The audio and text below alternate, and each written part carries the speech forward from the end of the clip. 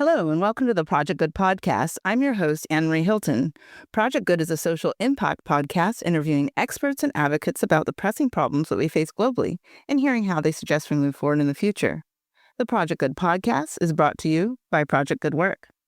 The goal of this podcast is to inspire people and organizations to develop a mindset that can move others to positive action regarding the complex social issues facing people and the planet.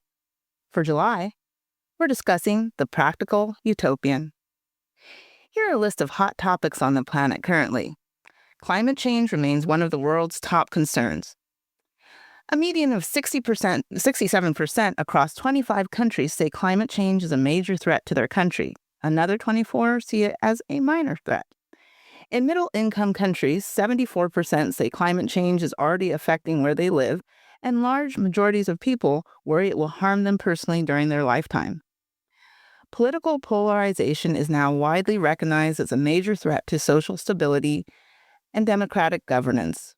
While there is no single global percentage measuring concern about political division, many international surveys now rank misinformation, political conflict, and social division among the top perceived threats facing societies.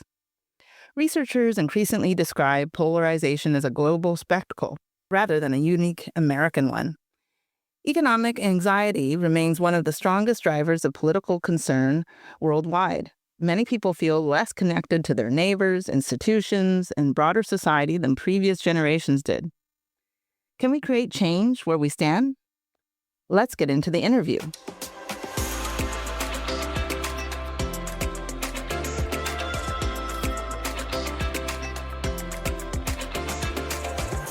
One of the defining questions of our time is, how do we face the realities of climate change, political division, economic uncertainty, and social fragmentation without surrendering to despair? Today's guest has spent decades wrestling with that question. Guy Dauncey is an author, climate advocate, systems thinker, and self-described practical utopian.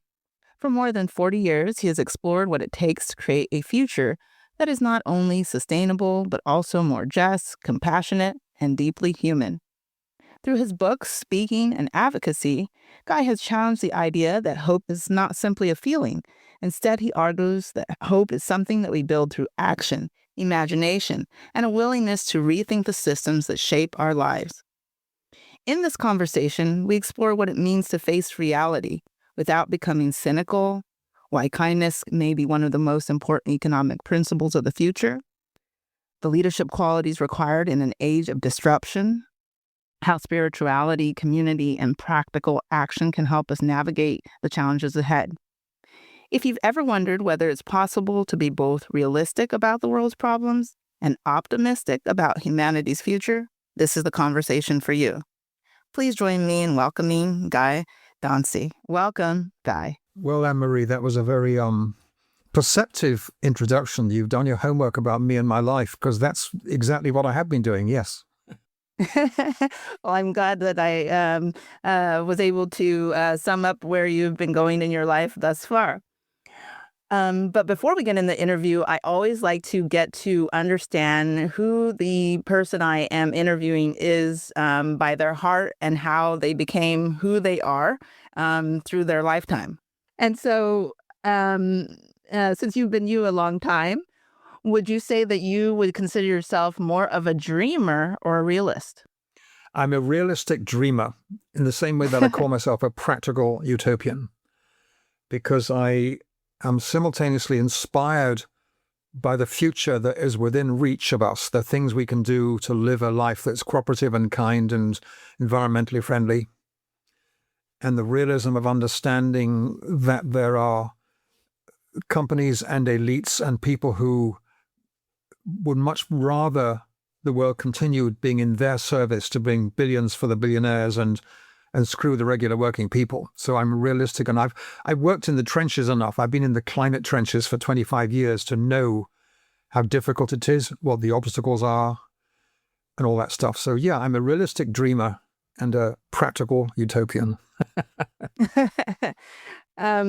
You mentioned now that you were in the trenches of climate change 25 years ago, when I would say people they would probably give you a question mark, like, Like, is climate change real at that point?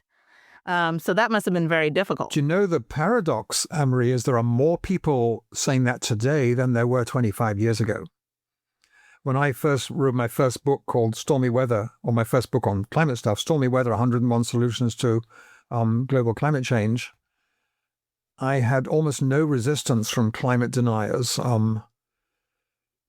It was new enough that people hadn't really grappled with it.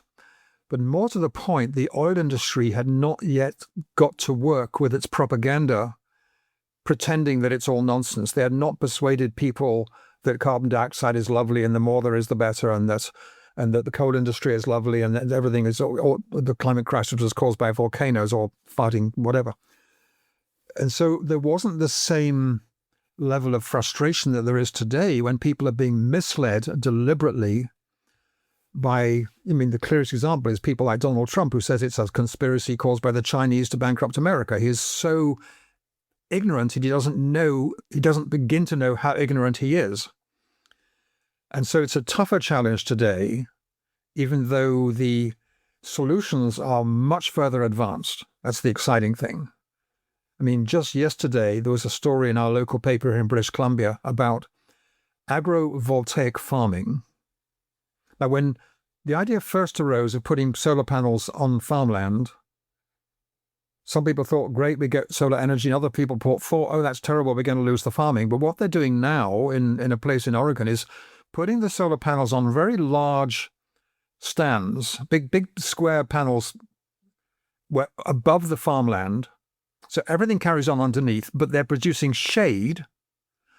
And if you're growing vegetables in July, August, September, when it's hot and sunny, the vegetables are not putting on any growth except where they're shaded. So the farmers are getting higher productivity by having solar on their farmland and growing more food.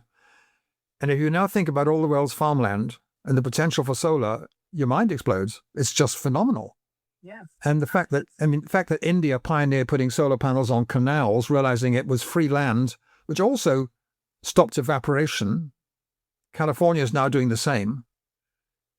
So there are the breakthroughs in the renewable energy field, particularly solar, wind, electric vehicles, and heat pumps, is phenomenal. They are now the cheapest form of new energy available. There's no reason to burn any coal or gas at all. And I have the saying that anyone who invests in fossil fuels today, let me put this in contrast. I was born in England in 1948, just after World War II. And I see the climate crisis as so serious that investing in new fossil fuel production today is like investing in selling tanks to the Nazis in 1940. It's that much of a crime against humanity. And yet it's still happening. The banks are pouring billions into fossil fuels simply because investing in fossil fuels brings them a 15% return, and investing in renewable energy, because of the way the grid pricing is organized, brings a 5 to 8% return. So after 25 years in the climate trenches and dealing with solutions on a wider perspective of things. So I also spent 3 years writing a book with 2 colleagues called Cancer, 101 Solutions to a Preventable Epidemic. And another one called Enough Blood Shed, 101 Solutions to Violence, Terror and War, with a good colleague. I came to and I wanted to do a book on the economy. What are the 101 solutions for the world's economy? This will be back in 2005. And as soon as I thought about it, I felt overwhelmed. I thought, I know, so this is too complicated for me. So I just put it on a shelf and left it. And then in 2015, when I just finished 3 years writing a novel set in the future, a futuristic green climate fiction novel, I found myself asking the question. I was actually walking in the woods locally, and as I came out of the woods, the question came up to me, what is the economic value of kindness? I thought, there ain't no textbooks to tell you that one. And I realized I needed to start a deep dive. So for 10 years, I have been deep diving into economics. I've read 600 books on economics, economic history, and anthropology to try to understand what's going on. And two astonishing things come out of this. Firstly, most people in progressive movements are really poorly educated around economics and finance. And the second piece was a realization which hits me on the side of the head like a piece of wood, like, this is really stupid, it's so simple. That the fundamental simple reason why economics is driving the world nuts and crazy through capitalism is that capitalism is simply a culture of selfishness and not of kindness. That the principle of capitalism, don't think of it as an ism, think of it as capitalists, people, because only people do things. Capitalists are individual people who are solely committed to the maximization of their capital gains, regardless of anything else. It's got nothing to do with a market economy. You can have a market economy without capitalism. You can have enterprises. You can have businesses. You can have everything under the sun without capitalism, except billionaires, maybe. And that means that it's possible to imagine ending capitalism. So it takes me to realize that when people assume that we can't possibly end capitalism because they think that capitalism is a combination of the market economy plus science, plus enterprise, plus banking, plus everything we got together, but it's not. It's only one cultural slice, which is the desire to be selfish regardless of the cost. And there have been people like that since the age of Babylon. But they didn't really start taking over governments until the 1800s. And they needed governments to impose a whole economic system in which the primacy of selfishness dominates. So it's the primacy of selfishness that says why you've got no decent public health care in America, which says that if you have an investment, you're entitled to maximize your gains regardless of the pain to communities, to workers, or to nature, or to the harm it causes. That is ridiculous. If we have friends who behave that way, we disown them pretty quickly. We give them the cold shoulder. We don't invite them back to parties. We don't like people who behave that way. And so this is the second big learning, and feel free to jump in, Annmarie, to make it a conversation. The second biggest learning I discovered during the book was that if you look at the history of humanity over 1 million years, we've oscillated between cultures based on selfishness and cultures based on cooperation. So obviously we all have genetic ancestors who are the great apes and chimpanzees and monkeys who have alpha males, where the alpha male dominates by the strength of his teeth and the strength of his claws, and it's always a him, right? Mm-hmm. There was cooperation among the chimps and monks, certainly, but the dominating principle was violence through aggression and the alpha male. Then at some point, around 300,000 years ago, our ancestors, the hunter-gatherers, they developed spears by then, and they developed language. And they never liked having an alpha male in the first place. And at some point, an alpha male would have attacked them, and they'd have got together and thrown spears at him and killed him or driven him away. And then they'd look to themselves and say, well, who wants to be the next alpha male? And they say, well, it doesn't work anymore. If you've got skills and language, people can overthrow you really quickly. So they decided we're going to live cooperatively. And they lived cooperatively in cooperative local economies on a hunter-gatherer way for 300,000 years. And they systematically suppressed anyone who got self-important. So if someone was boasting, they say, oh, what a scrawny bunch of rubbish that kid is. Can't you try hunting worms instead? You might do better. So they used teasing and joking to bring people down a peg and stop them getting too big for their boots. Because they knew that if someone got self-important, they'd want to dominate. And if they started to dominate, they'd be violent and it'd be hell for everyone. And so that's where we learnt our culture of cooperation, of kindness, of reciprocal caring for each other, of mutuality, of thinking together cooperatively. And most humans want to live that way and do live that way. That's the really encouraging news.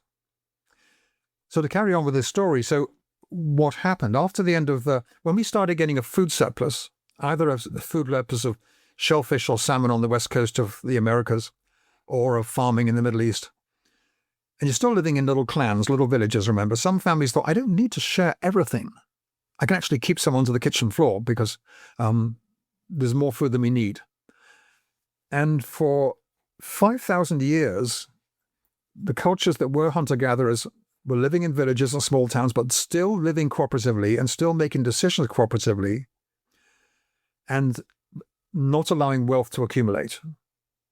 And then, somewhere in the mysteries of time, the wealthy families said, we want our children to inherit the wealth we developed and our titles.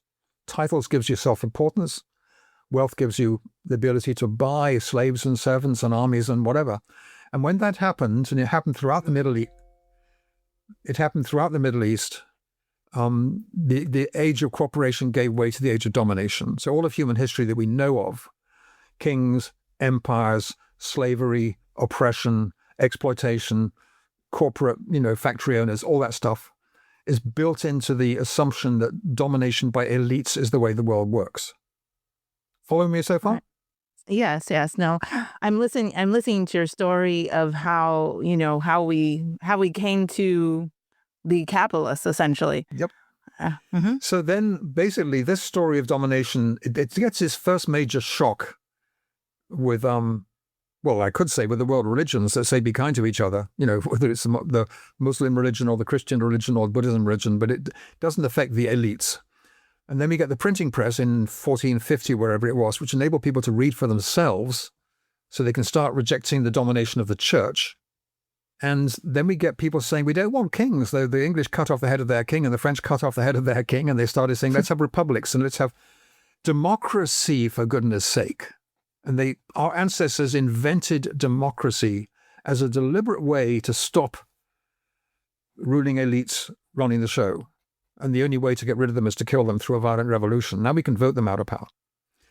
And since the 1800s in particular, the development of a cooperative economy has been slowly building weight with worker cooperatives, with consumer cooperatives, with public banks, community banks, cooperative banks, community currencies, cooperative insurance schemes, all that sort of stuff. So in the realm of the economy, the impulse to dominate was always among the people who wanted to be the most selfish accumulation of capital, what I call the capitalists. Mm-hmm. And they still run the show. So our progress in democracy has only been on the political front and not on the economic front. So to give a tiny example, maybe about 2 years ago, the big German company Siemens said we need to lose a large number of workers, 10,000 whatever. And they have workers in America and workers in Germany. In America, the workers just got a pink slip and they were fired within a week. They were gone. In Germany, because the unions sit on the company board and have 50% of the seats, they had negotiated discussions, they had early retirements, and not a single worker was fired. Because they had economic democracy where the unions got a say in the corporate decision-making. And tiny little principles like the thought that if a company in America is getting any kind of support from the US government or has a contract with the government, they need to sign a clause to say we will not do any mandatory firing of workers. All layoffs will be negotiated with the union according to the needs of the workers, or we go to a 4-day week, or we'll, whatever it might be. That's when you start chipping into the power of capitalism to get their own way, because capitalists always want to get their own way. Yes. And the paradox is that the capitalism is not associated with free market economics. Capitalists have been happy to work with Hitler's Nazi party.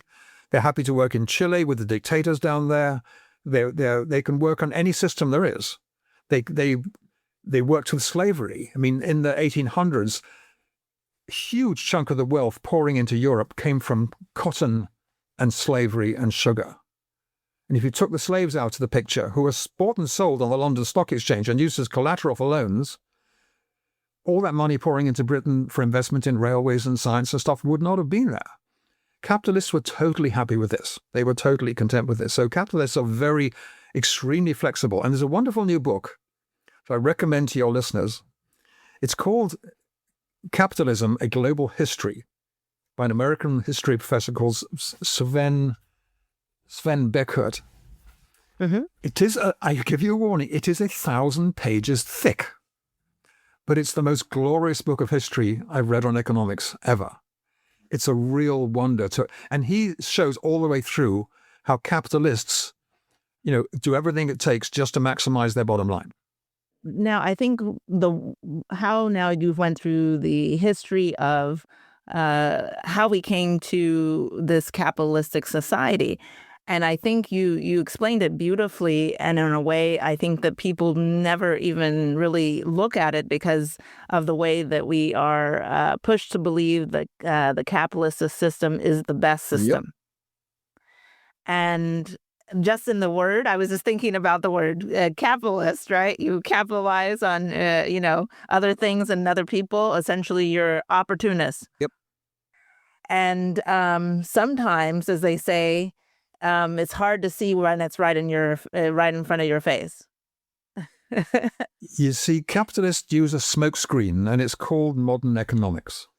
Mm-hmm. They have led us to believe, economists going back to the late 1800s, developed a form of economics called neoclassical economics. Before that, it was called political economy, and the study of political economy from people like, Adam Smith and Karl Marx and people included politics and power and the conflicts.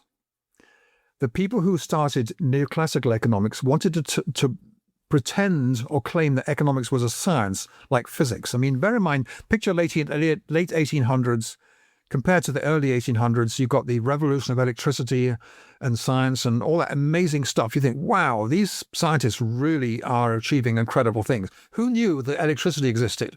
We didn't even know as a culture, right? And so science was really in high regard, and the economists wanted to be scientists. In order to do that, they said we need to have something equivalent to the atom, and we'll call it a single human who is always trying to maximize their self-interested gain in a totally rational way. The man they know is Homo economicus, who's always selfish, and that is still the core principle of modern economics. And they believed they were following scientific laws. And the scientific law, which they borrowed or stole indirectly from Adam Smith, which was not true, was that if humans are left to follow their self-interest, their economic gains will benefit everyone as long as the government doesn't interfere. And this was candy for the capitalists, because the thing they wanted least of all was the government to interfere, except to support property ownership, contract law, and punishments for those who break those laws and all that sort of stuff, and armies to defend them when they go and attack another country as capitalists, right? Which they did in India, for instance, with the East India Company. And so the capitalists and the economic journalists and the people in universities still like to believe that economics is a science and it follows economic laws and the government shouldn't intervene. And if everything is left to itself without intervention, you'll get equilibrium. And it's just nonsense. There are no economic laws at all because we're humans and there are no laws of human behavior. There are patterns and tendency and trends, but we're not robots.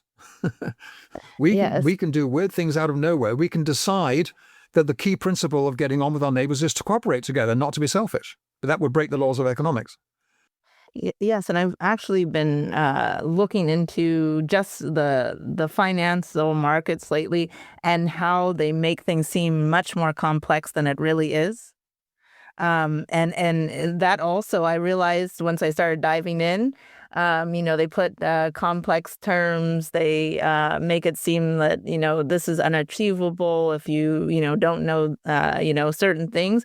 But when you start diving into it, you're like, that's all it really is. It just had a fancy name. But I see that they've done that to bar.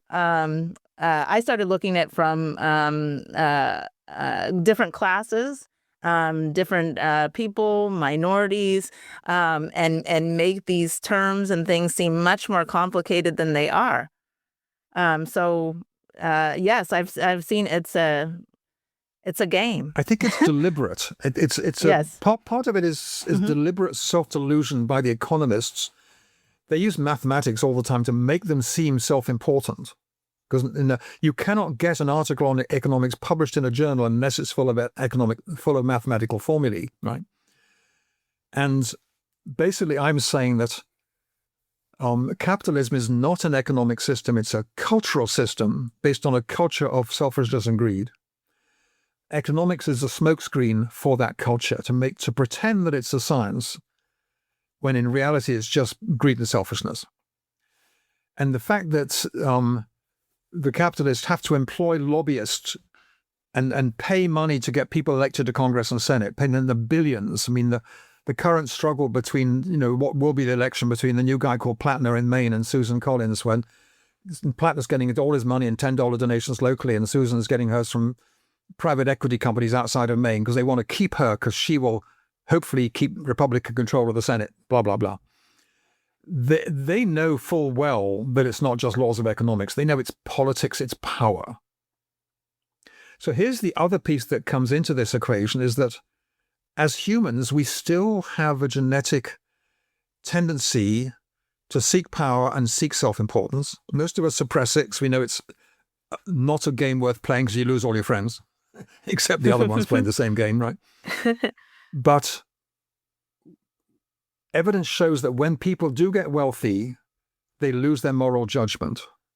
They become more selfish, they cheat on taxes, they treat other people badly, they don't tell the truth, they think it's easy to tell lies. I mean, a certain someone in the White House, treats telling the truth as a purely optional thing. I'll do it when it's needed and otherwise not, right? And that can corrupt anyone. So it's not just a matter of selfish, wealthy people. If you've ever been involved in a small non-profit running a farmer's market or a, chess club, whatever, if you get one person who likes to control everyone else and think they're better than everyone else, the meetings are suddenly no fun anymore, right? Mm-hmm. And people saying, I'm quitting. I didn't join this farmer's market steering committee to be like this. I'm gone, right? Because they'd assume that we'd all treat each other with kindness and cooperation. So what do you think has, I guess, is it just a thing of just selfishness and greed, or what happened in, I guess, is it just human nature? Because a lot of people, when this kind of stuff comes up, they're like, oh, it's just human nature to be selfish. Is that really true? When I was claiming to be more sophisticated 10 years ago, I'd have said no. No, there are economic systems and there are forces and the blah, blah, blah. Today, bizarrely, having done all this work, I would say, yes, it is true. There is an aspect of human nature that wants to be selfish. And we all exhibit it sometimes. I mean, anyone in a marriage knows that you tell little white lies to your partner sometimes, because if you say something different, it might cause a great big fight or whatever. So, I mean, I challenge anyone to say that they're totally truthful all the time with their friends and partners. Yes. And I know there's the aspect of just being on the planet. Any living item has, could be not even human, animals, trees. Everything has a selfish element to it for survival. And if you're on an airplane and the airplane's going to crash, you must be selfish and take the oxygen mask for yourself first, because otherwise you can't look after the other people. So yes. But there's a difference between that functional selfishness and egregious selfishness when you turn it into a lifestyle, that you must always have a bigger car or a bigger yacht. There's a book out by a New York journalist called The Haves and the Have-Yachts. It's a great, and he spent time among the millionaires who have yachts. And you know what they were talking about all the time? He's got a bigger yacht than mine. They're obsessed with just the size of their yachts and feeling, well, my yacht's not big enough to. It is pathetically childish. But these really successful people are obsessed with that. And it becomes a virus of the brain that it takes over your morality. So to tackle that, which is, I hope, your next question. Yes. Yeah. So if we think back to what our hunter-gatherer ancestors did, they had 300 years of living with this, remember? And they learned how to suppress self-importance. Self-importance is where it begins, which leads to domination. And domination can take the form of men being sexist against women and thinking they can dominate women, white people thinking they can dominate black people, straight people thinking they can dominate gay people or trans people, all those different ways of making yourself feel bigger than someone else and better than someone else. And they're deeply written into our cultures. I mean, that amazing book by Wilkerson about caste, how the caste system in America was locked in, and it was actually modeled on, Hitler not modeled his Jewish caste system on the racial caste system in America. So at the basic level, we have to stop self-importance getting a grip, which means every school has to have an anti-bullying culture and really know how to nip bullying in the bud and stop it, right? That all of us in the lesser societies we're part of, this, that, the other, need to bring it down a peg. But then we need to look at it at the wider political level. And the way to stop the bullying at the political level is through democracy. It's an amazing system. It's messy. It's noisy. But when it's done well, it's very effective. Americans have no experience of democracy being done well because you've got that Citizens United vote from 2010 where the Supreme Court said that money is a form of free speech and a billionaire can spend as many millions as they want to elect people. And so most of your people in Congress and Senate are millionaires and wealthy people. They don't ride the bus. They don't pay rent. They don't know the daily struggles. They don't know the cost of bread. They have someone else buy it for them. And so using democracy is still our best and probably parallel to other stuff in the economy. So I'll come to other stuff in the economy before our time runs out, because there's a lot of other great stuff. But getting people elected who will champion a cooperative way of living, and that is not just, it's not simply the Democrats, but it is the Democrats on the progressive left who are talking about fair rights for unions, a living wage, building community wealth, all the important stuff that the regular mainstream Democrats who've sold out to Wall Street don't want to talk about because they themselves are financed by millionaires in their election campaigns. And I mean, I'm a Canadian, British, so I'm not immersed in American politics, but I do know that Hawaii has recently found a way to overcome the Citizens United rule that allows corporate money in elections. And because every corporation must be registered in a state in America. Mm-hmm. And they're putting a rule in Hawaii that any corporation registered in Hawaii cannot use money in politics, or words to that effect. That may mean that all the corporations go and register in Delaware instead. But there's a bunch of other democratic states that are now looking to bring the same legislation in as a workaround. But anyway, you fire a question at me. I've been wittering on for far too long. Yeah. So one of the biggest things that kept coming up in my mind was that people have been trained in a certain direction, and going to make a change has to be not only a mindset change. It has to be individual action. It's a big thing to tackle, right? Because first, we have to look at how, first people think capitalism is the best. And most people think, well, I'm just maybe not doing it right in the society. That's why I'm behind, right? They've been the capitalism society has been compared to, usually they compare it right to like third world countries. Like, would you like, not to have your sidewalks cleaned, right? They do things simple like that. Like, no, we want fresh running water, right? The paradox is that both fresh running water and clean sidewalks are done by the municipal government, not by the capitalists. The capitalists would pay, if it was all under pure capitalism, you'd have to pay to have your sidewalk cleaned personally, and you'd have to pay for your water. You'd have to pay for your public toilets. You'd have to pay for everything, right? Right, but that's how they pitch it. That is exactly how they pitch it, yeah. Right. And so, of course, nobody's going to want to, the things that you need for, daily living, you don't want to give those up because why? A big turnaround in our thinking here, because for a long time there was a saying that it's easier to imagine the end of the world than the end of capitalism. Mm-hmm. And I have convincingly persuaded myself, and I believe other people, that it's just not true. I have a page called Substack. I'm on Substack, and I just published a piece called "We Can End Capitalism and Build Instead a Kind, Green, Cooperative Economy." And the key to it is understanding that the market economy is not capitalist, not inherently capitalist. Business and enterprise are not inherently capitalist. Science and technology are not inherently capitalist. And what has given us progress in the world is actually innovation coming out of science and technology. If you imagine a culture with no no scientific progress, so there's nothing new. The only way to get ahead would be to make crappier products or to pay your workers less or to steal from other people.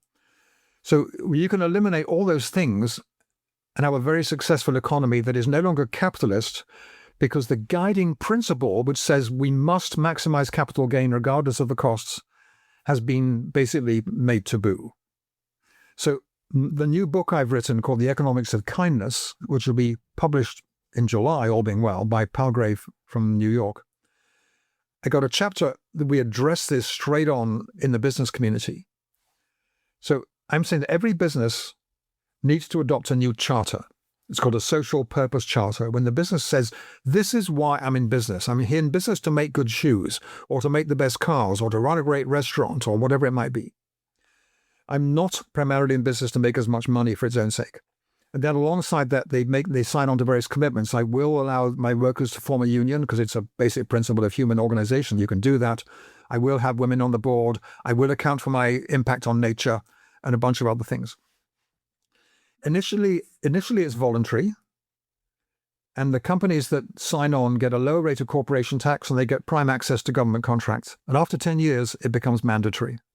If you've not signed on, you are not allowed to operate your business anymore in the country. And the evidence is that companies that are employee-owned or cooperative-owned or based on social purpose are more successful, more resilient. We call them B corporations or benefit corporations. There are 10,000 benefit corporations, certified B corporations around the world.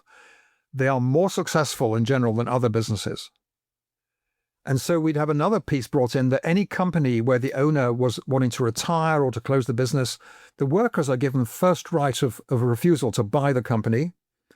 And there's a federal financing program set up to give them the necessary loan so that they can pay for the cost over their wages over 10 years or whatever, and the legal advice to do that, so that rather than the company closing down, the workers can buy it. And those are successful stories as well. And the same applies to housing. That if you're in a mobile home park or a trailer park and you're all paying pad rent to a landlord who's pulling in, $600 a month for a pad rent for 300 homes, do the math, that's $18,000 a month and doing nothing for it. You have the right to buy that land off the landlord collectively and own it as a cooperative. So you're just paying rent to yourselves purely for the cost. Because what the capitalist ownership does is extract value from people over and above the cost purely for personal gain. So if you imagine, I picture a world in which there are no landlords at all in my future world, because everyone owns their property either privately or cooperatively or through a social purpose, public ownership system. The thought that people are in their 90s having to struggle to find $2,000 a month to pay in rent is just appalling. I'm lucky I own my house, I've paid off my mortgage. So I don't have that monthly cost. But the reason people are going to food banks these days and struggling is partly because food prices have gone up and mostly because rent prices have gone up. If the landlord increases your rent by $500 a month, you have to pay it. Mm-hmm. And you can choose to buy less food or to starve for a couple of days. But if you don't pay your rent, you're evicted. Yeah, so I'm here in California, so California is astronomical. And look at how many, 30,000 homeless people on the streets of Los Angeles, something like that. But it's absolutely crazy that basically the wealthiest country in the world, in the wealthiest part of the wealthiest country in the world, you folks cannot get it together to solve your housing problem. This is true. I mean, on the surface of things, it's just, and the cruelty, because the people, when you have a competitive realm of housing, so until the 1980s, this is another story, when a neoliberal way of thinking took over politics, governments built cooperative housing and social housing and public housing. In Sweden in the 1980s, they built like 3 million units of public housing in the whole country's own 8 million people. And then the neoliberal economists said, no, government should not be involved in the economy. Let the private sector do it. But private sector house builders will always choose to build a house that sells for $1 million, where they can make, 150,000 profit at 15%, rather than a house for non-profits where they get 3% profit. They will never build affordable housing. So for 45 years, we've not been building cooperative social or public housing. And that's why we've got people living on the streets, because the most vulnerable people are pushed out. And the most vulnerable includes you've had a divorce and lose your job at the same time. You have a head injury. You lived in care. You've got a broken family. You're struggling with poor education, and you end up being pushed out and living on the streets. And then your friends are on the streets. So it becomes a vicious circle. Yes, it is a growing epidemic. But one of the things, the biggest hurdle that we are facing right now, and of course, we have these, the thing that plays up always in the media, of course, is now we have these billionaires, the billionaire tech giants, soon to be some trillionaires.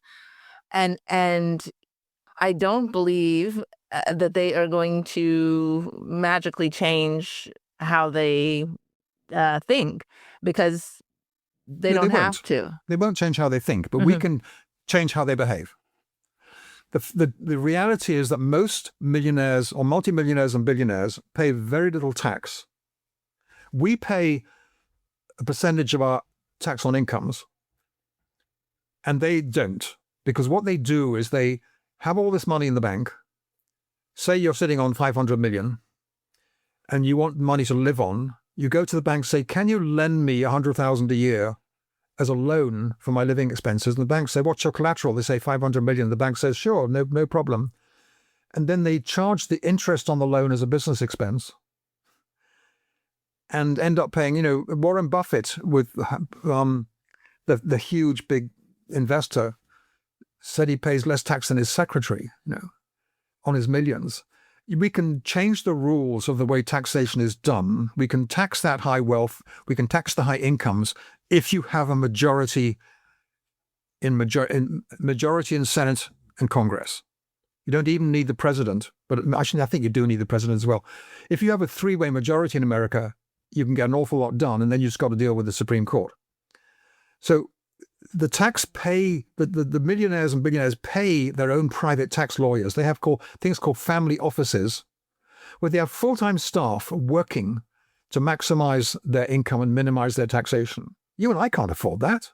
I mean, you pay a tax lawyer, they're charging you $500 an hour to begin with, right? So we can change things, but it has to be done through democracy, and that means bringing the legislation forward to change the tax system and stop this ridiculous runaway billionaire game they're on. It's most people can't even imagine what $1 billion is. It's 1,000 millions. It's just, and then to get to $1 trillion, which Elon Musk might do today if his space thing goes crazy, right? Yes. But we do need to have confidence that if in that history I told you, when we started off with the primate, the apes being aggressive, dominating, the hunter-gatherers being cooperative, back into empire and kings and priests being dominating, and then starting in the last 500, 200 years, us being cooperative. We're halfway through the work our ancestors started to build democracy, to have workers' cooperatives, to have labor unions, to have votes for women, all that sort of stuff. We're only halfway through. If we give up now and say, it's hopeless, they're running the show, I give up, we are abandoning the work that they did on our behalf. We need just to persist and carry on the struggle to take to all the way so that we have a cooperative economy as well as cooperative democratic governance. I mean, a democratic economy as well as democratic governance. It is achievable. Every component of it is already happening somewhere in the world. And central banks can play an enormous part in helping that. Instead of, in the crash of 2008 in America, when the central banks created money to bail out the banks, they could have used that same created money to bail out the 9 million people who lost their homes because they couldn't pay their mortgages. They chose not to. They chose to support their fellow bankers because that's the way their internal cultural DNA works. Now, there's definitely an appetite for all of these changes economically, because there's a large I don't even know how many billions of people are struggling with just the basics of food, shelter, and getting through daily life. And so this is very prevalent now in majority of the societies on the planet, that people are ready and they're open to a new system. Yep. And we all have the question mark, well, what's next? Yes. How do we make it work? Yep. And then how do we deal right now, because the fact that people have been living longer than they did in the past. And so we have, and what I mean by that is, so we have different mindsets, right? They have different worldviews that we are now dealing with. And I believe it's one of the biggest things that we're dealing with right now is all these worldviews are colliding. And because of this, it's making it hard to be able to move forward. And so one of the things that appealed to me, especially about your book, Economics of Kindness, and how we started this discussion was looking at the selfishness of capitalism. How do we start to get people to, I guess, look at their fellow man as one of them? So that's a very key question there, Annmarie. So one of the bizarre things is that the data shows that 75% of us want to live cooperatively and unselfishly, leaving aside the air mask thing in the airplane. But most of those same people believe that other people are all being selfish. So we have a false belief about what other people are thinking. I mean, and in my book, The Economics of Kindness, which is deliberately framed in that such a simple, almost naive way, because who can be opposed to kindness? I mean, it's not like I'm proposing a new paradigm shift to an ultra-structural, methodological, Marxist paradigm. I mean, that's complicated rubbish, right? I'm just saying kindness. We can have kindness in the economy.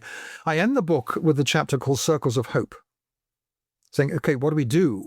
I've laid out the solutions for housing, for the workplace, for labor unions, for banking, for businesses, for tackling the climate crisis, for tackling the assault on nature. So what do we do? I'm saying just get your friends together and form a circle of hope. If your friends believe we need to build a better world, you will never achieve this on your own. It's very few people who do stuff on their own, like writing books. But I'm involved in many initiatives locally. When I'm on boards of directors, I'm working with teams, I'm working with other people cooperatively to make a difference. It's when you get together collectively, you can make a difference. And it may be a circle of hope in one town will say we need to really build more cooperative housing. In another town, it'll say we need to get more food security. In another town, we need to get debt relief for people's personal debts. I mean, the book is packed full of solutions and practical ways you can do that. But until we get together with other friends and neighbors, nothing will happen. If you go back to 1830, before there were labor unions, the average working week was a 16-hour working day. And the goal of the labor unions was an 8-hour day. And the first union organizers were packed off to Australia by the British government for being horrible enemies of capitalism. If it hadn't been for them organizing together, we'd never have any of the progress we would have had. It's when people organize together, you get results. Now, one of the biggest hurdles to people getting together, which I believe, of course, it's always easier, to have more hands than less hands in order to move forward with anything. But one of the hurdles that we're now facing is there's a lot of fragmentation in just people socially. Nobody trusts each other as much as they used to. So the concept there that I'm bringing in a big way is called community wealth, as opposed to individual wealth. And it tackles this, the simple way to overcome distrust is to get to know your neighbors and work with them collectively on something, Even organizing a street party on the block where you live, a block party. There's a man in Paris who wanted his neighbors in Paris, who were going through the same kind of loneliness and isolation and not talking to each other. He wanted them to say bonjour to each other, not twice a day, but 50 times a day. So he formed what he called a republic of super neighborhoods, covering an area with 15,000 people or something like that. And he organized great big street parties when they take the cars off the street and have a long table. They'd all eat together, have parties, put silly hats on, do games with the children. And it's really working. People are saying, they're greeting each other. Because once if you and I were on the street together and we stop and I say, hi, I'm Guy, you're Annmarie, we shake hands, we say hello. Every time I pass you, I'm going to say hello again, right? Mm-hmm. If I walk past you and ignore you, you're going to think, oh my God, what have I done today? Why is he being such a jerk, right? So we got to rebuild that relationship, one relationship at a time. And I got a whole chapter on that on the book, in particular ways you can do it. Community wealth is the combination of the hiking clubs, the walking clubs, the dog walking clubs, the Alzheimer's recovery clubs, the cancer support clubs, the chess clubs, all that stuff, the sports clubs, the watching World Cup soccer together clubs, it might be, when people are seeing each other face to face. So that's one component of it. And community wealth has got a really important concept when you look at it economically. In Scotland, they just passed a Community Wealth Act requiring every jurisdiction in Scotland to develop an economic plan to maximize local ownership and control of businesses and buildings and stuff like that. The other part of building trust is political. All around the world in democracies, people have less and less faith in government. But in Switzerland, people have 89% faith in government, trust in government, because the Swiss have a different way of doing things. I mean, if I ask you, who's the Prime Minister of Switzerland, you'd scratch your head, right? Yes. We all would. None of us know, right? Because they're very decentralized. They run the country in cantons. And the Swiss people go to the ballot poll. They vote 5 to 6 times a year on all sorts of stuff. Any group of 10,000, if you get 100,000 people signing a petition, it can go to the vote. And so people really feel they're participating in government, therefore they trust the government much more because they're part of it. We tend to not trust the government because it seems absent, it seems distant. We don't trust our politicians. They go away, they manipulate us, they don't tell the truth. So changing the way we do democracy is really important, making it participatory, having citizens' assemblies to make decisions on things and advice on stuff. I tell you, Annmarie, there are so many encouraging, positive signs around the world of how we can do things right. Yes. And so starting within, I guess, our own neighborhoods and communities of just, I guess you would say, interacting, right? And being okay to interact. Because one of the things that I'm sure it's documented really well, right? Because of technology, even though we're more connected from technological standpoint, we're the most disconnected that we have ever been. True.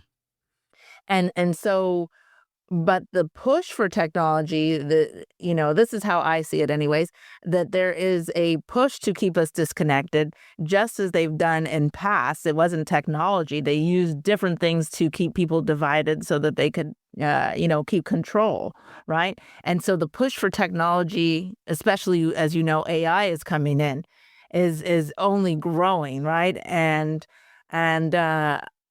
what I've seen from different AI applications, it's going to be even people are going to even forget how to talk. Yeah, but the flip side of that is that if you, I organized a street party on a block I lived in Victoria here on Vancouver Island in Canada, and I went. I got 100% people either coming or apologizing that they couldn't come. And I used a technique. I found that one of the neighbors was having a new baby. And we're talking about maybe 40 houses on the block, right?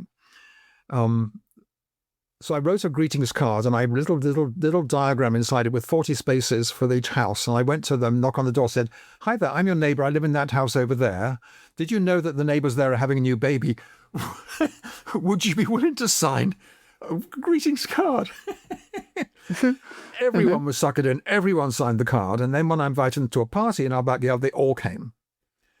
Now picture that you work with the police to close off the streets. And as well as the party, which is potluck, you bring food, you're doing little sports games. You're playing silly hockey games. You're playing, all the imaginary games you can laugh and chuckle together. You're not talking politics. You're not talking religion, but you're getting to know each other on a personal level.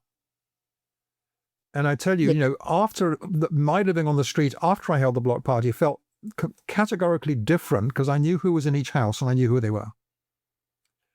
And there's another rule that kicks in. If someone new comes to the street and you don't go and say, hi, I'm your neighbor, and 6 months goes by, then 5 years, then suddenly after 10 years, it's more embarrassing. It's too embarrassing to go up to them and say, oh, look, I'm your neighbor. We haven't spoken for 10 years, but yes. So just go and greet a new neighbor when they come, little things like that, rebuild the way villages used to be in the past.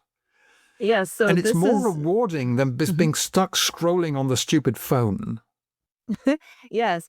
And so this is, I guess you would say the seed for everything else, right? So we have to, I guess, get in touch with ourselves, because another thing I've also read is that people have anxiety these days to go over to even say hello to someone that they don't know. So there are ways of overcoming that.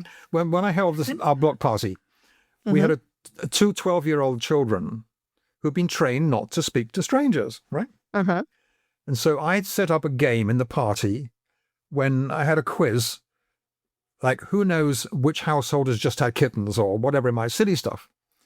And you had to go and talk to other people to fill in the quiz, right? And the adults were okay with that, but the children thought, they came to me and said, can I go and talk to them, really? And I said, yeah. I gave them permission to go and talk to strangers, and off they went like a rush, right? And someone has to take the lead, and you can set up office parties do it all the time because you know each other in the office, but in the neighborhood, it takes more leadership. Now, in Britain, when we had one of the Royal Jubilees recently for the Queen's, whatever it might be, every community in the country had a street party.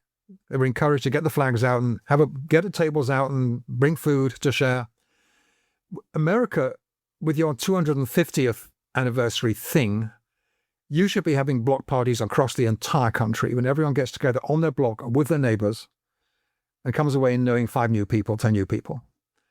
But I don't see any sign of that happening. It's all just happening on it's happening on the lawn of the White House with a wrestling contest or stuff instead, whatever it might be, right? Yes. Yes. And so you bring into an important part of there needs to be a cultural shift. Yes. Of how we think about ourselves, our neighbors. And I guess I would say if we really want change on how we take action, because I think another thing that people always think is that action needs to be something big and grandiose. And so the minute they think that, they're like, oh, I'm already tired just thinking about it. Yeah. But when we realize that it is accessible to do something just as simple as stepping out of your door and saying hello to another human, that can start a connection. And then, obviously, when you say hello to somebody else, they usually know other people, and then, they can introduce you.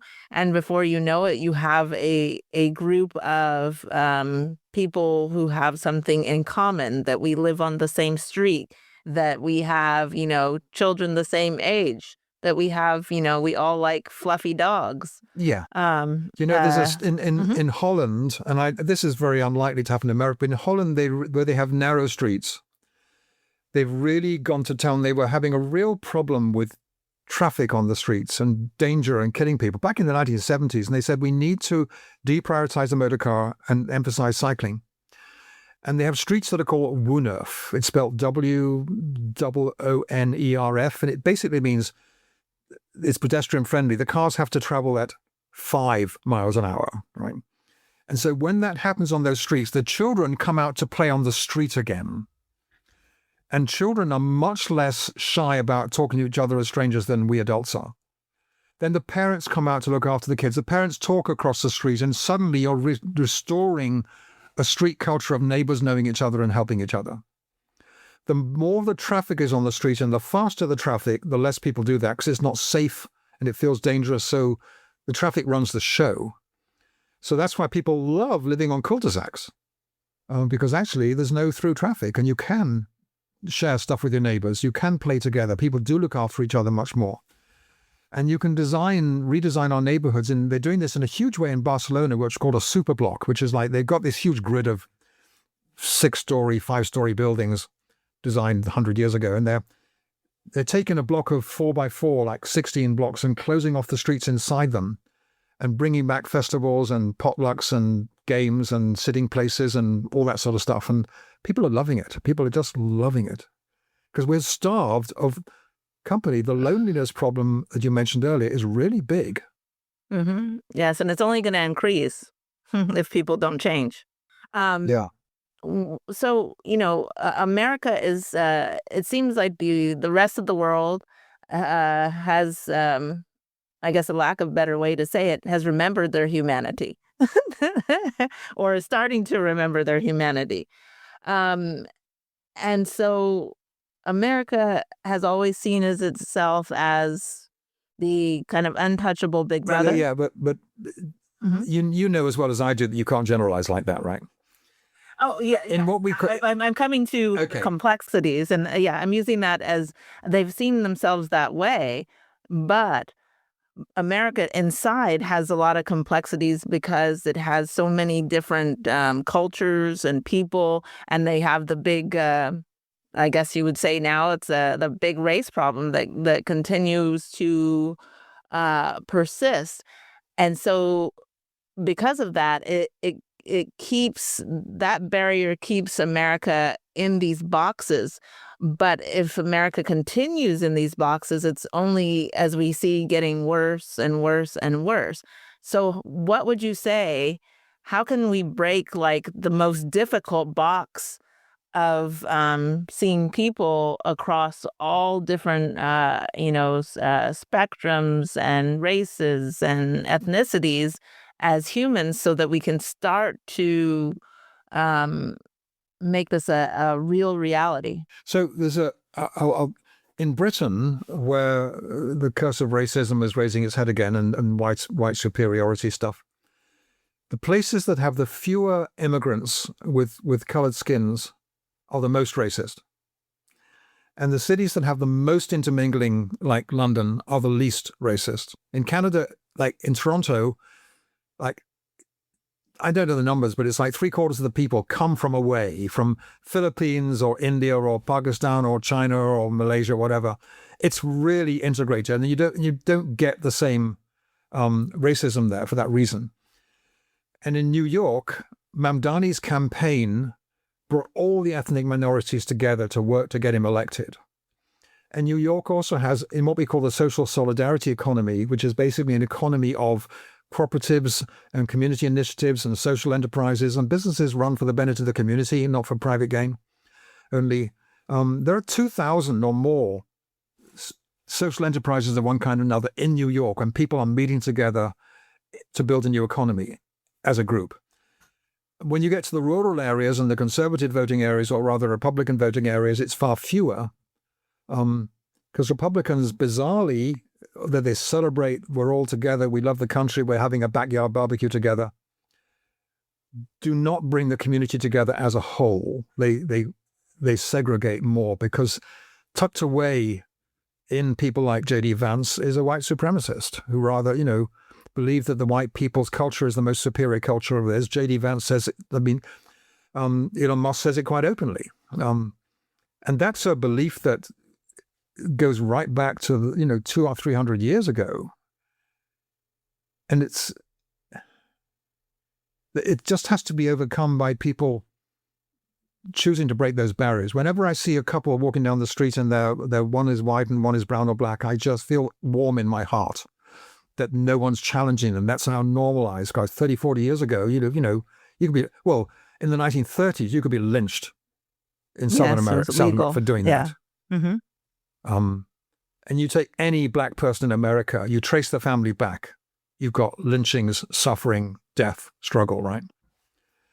And so we made phenomenal progress, and we just need more racial mixing. And the paradox is that how the birth rates are falling in all the developed countries. Yes. Women are choosing to have fewer babies, good for them. And the obvious answer is immigration. Mm-hmm. There are plenty of people in the Indias and Pakistans and Nigerias and Ghanas and Botswanas who want to come to Europe or America, and you need controlled immigration. You do not want open borders because it just brings you chaos. Yes. But you need controlled immigration to keep the numbers steady. Japan is having a huge crisis at the moment because they got so many older people and so few younger people because they are afraid of immigration because they've been isolated out there on the Pacific coast for so long. They're not used to it, right? And some of it is just getting used to each other in an integrated world. The different cultures, the different foods we have. Do you know what the most popular food in England is now? It's curry. I always thought it was Indian. Indian curry. Yes. I always thought it was Indian food. Followed by fish and chips, right? Yes. Or you call them French fries over here, right? Yes, but yes. And so people have accepted that culture, except for the extreme right, who still think that, whatever. Don't get me started, right? I rejoice in our interracial mixing and mingling. I think it's wonderful, right? And so, yeah, I believe that is the hurdle, especially for America, because it seems like everybody else in other countries are starting to say we've got to take action differently. And they're in, I would say, experimental stages of like, we're going to test this, see if it works, or, let's see, if we do this differently. But because of America's positioning, and I don't know how much longer it's going to last, because of America's influence, I believe they have to come online to start testing these new ways of living a little bit stronger. And I think that the way to do it is in our communities locally, when we can test the ideas and find that they work. In that book I mentioned called Capitalism, A Global History, it says basically the capitalism started collectively around the year 1000, whatever you call that year, 1000 BC, 1000 AD. In places like Aden, the ports on the coast cities in the Middle East. And they were very small and isolated from the major cultures, which were still feudal. They started little islands of capitalism, and then they grew and grew and grew. And he thinks that and I think too, that the new cooperative economy, in which we respect each other and treat each other with respect and not out of greed, starts in islands as well. So we created a community, like a whole region of a town, where we meet together, say, let's build a cooperative economy, like they're doing in Scotland now. Let's and pass all these. There are policies like enabling local people who live in a trailer park to buy the land that their landlord owns and own it collectively, like tenants being able to buy their buildings collectively, like workers being able to buy their business off the employees, like gig economy workers having proper legal rights to health insurance, unemployment insurance, sickness pay, holiday pay, and stuff like that, which they don't at the moment. If you're in the gig economy, you're really up against the wall. A lot of Americans have got no more than $200 in the bank for an emergency. And, just one step away from bankruptcy or being evicted on the street. But things like, if you know the neighbors on your street and you know that one of them is coming up for eviction because a private equity company is putting the rent or whatever, you can actually get together and encircle that house and stop the bailiffs coming in or make it really hard for them.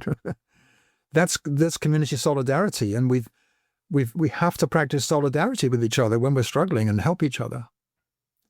And we have to, but I think, that's more important than the crap we believe on social media. A lot of the best policies I'm talking about here, like tax the wealthy, are popular with Trump supporters because a lot of people who bought into Trump's MAGA message was the belief that he supported the ordinary working American, or low-income Americans. He was on their side, and he was the swamp. He is the swamp that he promised to drain. He and his friends, they're just making money left, right, and center. They don't care a damn about ordinary people. He said the other day, "I love inflation." When has he ever given a damn? He doesn't care about inflation. He's got the billions, right? Yes. And so a progressive politician like Bernie Sanders or Mandani in New York can speak to previous Trump supporters as well as to so-called leftists by dealing with common sense agenda issues around the cost of food, the cost of housing, the cost of childcare, things like that matter, right? It's achievable, and you build it up from the local level, and you go for the state politics, and you end up for the federal politics, and yeah. But I'm called a perennial optimist. I know the worst of what the climate crisis can bring us. I know the worst of what inequality is doing. And I'm perennially happy and optimistic and positive because I know what the solutions are. And I know I'm not pessimistic or optimistic. I'm what you call determined. So if you're watching America play soccer in the World Cup and they're losing at 4-1 at in the 80-minute mark, if you're watching, you can be pessimistic. If you're playing on in the pitch in the team, the coach will see if you're determined or defeated. The only two games imply, are you determined or are you defeated? If you're defeated, they're going to put a substitute in pretty quick. When you're a player, like I consider myself to be, the only game in town is to be determined. Come what may. You just do what you can. So coming to, I guess, my final conclusion, I guess, is, I guess, if we were going to, the solutions are there. Yes. The people are hungry for the solutions. Yes. And so I guess, is it just a lack of information being given to the people? It is, in a very big way, a lack of information. People don't know that you can set up a public bank, as North Dakota has done and did in 1922, I believe, instead of a private bank, and so build the local economy with a public bank. People don't know you can do all these things. There we are. The mainstream media that we follow, whether it's CNN or Fox, never cover these kind of stories of what's possible. And the media are being increasingly taken over by the billionaires. They even have a move to take over CNN now by some billionaire who want to spread their level of propaganda. I call it that. So yes, people are deprived of the truth, and they do need to find podcasts like yours, and listen and learn, because I shared all my stuff in my book, The Economics of Kindness. You can just it's not in the bookshops yet. We're doing this interview in mid-June, so hopefully by mid-July it will be at least on Amazon. Another monopoly, I should say. And I have a Substack page. If you go to Substack and you just do search on Economics of Kindness, that's where I'm writing stuff and sharing ideas. So tell your friends if you find this fascinating, intriguing, infuriating, whatever, right? Yes. But you're doing great work, and Annmarie, and you're doing great work, yeah. Thank you. And you've made it in this discussion so, I guess, clear. But I think the most important thing that I learned in this conversation is that it's not as hopeless as they make it feel. Absolutely, yeah. I love history, and learning the history of what our ancestors did to win the right to have a labor union, to win the right to have democracy, to all that stuff. We need to just carry on working the way they did to build a better future. We have solutions for the climate crisis. We have solutions to stop the assault on nature. There are ways of doing stuff. And the thing that most authors like me have to learn is that fewer and fewer people are reading books. I grew up on reading books, and I still read books. Most people now are watching videos, listening to podcasts and stuff like that. So I have to learn to get behind the camera and put my ideas into the short videos, into podcasts, into those wretched thing called Reels on Facebook, when you get they're so horribly addictive. And they're all nonsense, but I need to get Reels about all these kind of ideas, put them in short 30-second Reels, right? Yes. Yeah, so I love it. There's hope on the horizon. And I would say, I guess, the thing that we need to tell people is it's time to get to work. Yeah, it is really, because we're facing such a crisis time now. The climate crisis in particular is going to bring mayhem on us. But the solutions are going to bring down our power bills, make it easier to get around, clean air. The solutions are really great all around, Fantastic. Well, thank you, Guy Dauncey, for your time and insight. To find out more about Guy and his work, go to thepracticalutopian.ca. If you have a passion for an unserved community, a social justice problem, or want to change minds, contact Project Good Work at projectgood.work to start your project of change today. Subscribe to our mailing list at projectgood.work/subscribe to get our episodes and blog articles sent to you each month. To our listeners, thanks for tuning in to Project Good, where we're focused on what matters.